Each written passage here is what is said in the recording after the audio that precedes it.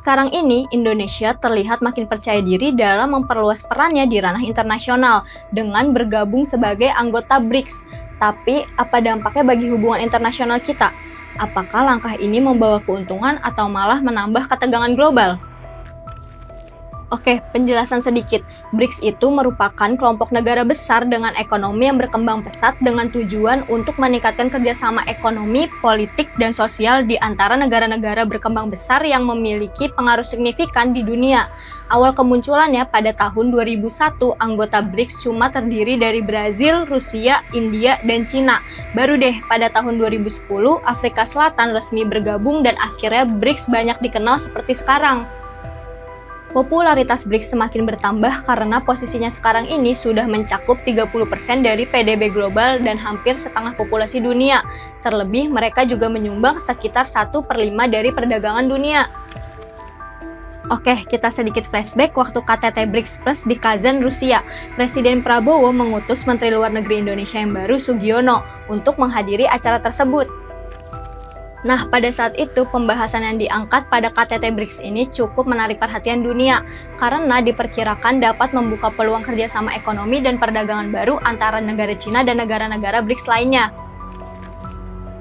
Saat itu disebutkan juga jika 9 bulan pertama tahun 2024 perdagangan luar negeri Cina dengan negara-negara BRICS tercatat mencapai 4,62 triliun yuan atau sekitar 648 miliar dolar Amerika Serikat dan meningkat 5,1% dibandingkan tahun sebelumnya. Cuma memang saat itu statusnya Indonesia bukan sebagai anggota tetap dan tidak wajib ikut berpartisipasi dalam pertemuan lainnya. Padahal saat itu keikutsertaan Indonesia pada BRICS dinilai menjadi langkah penting dalam diplomasi global, khususnya dalam menandai perubahan dalam kebijakan luar negeri bebas dan aktif.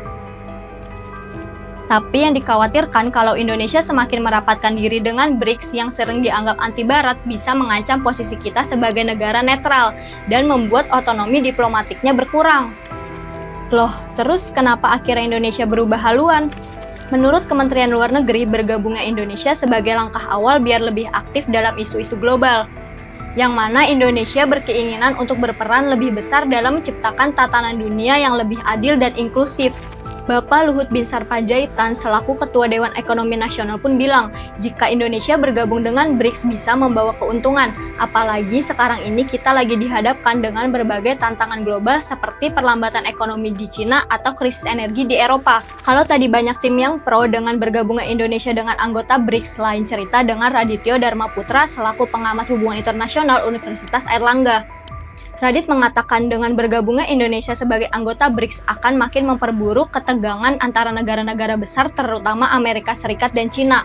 Radit juga mengungkap jika hal ini bisa membuat Indonesia terjebak dalam ketegangan global apalagi dengan Donald Trump yang baru aja jadi Presiden Amerika Serikat lagi. Nah, gimana menurut kalian? Jangan lupa kasih like, komen, dan subscribe channel Digivestasi untuk update informasi menarik lainnya.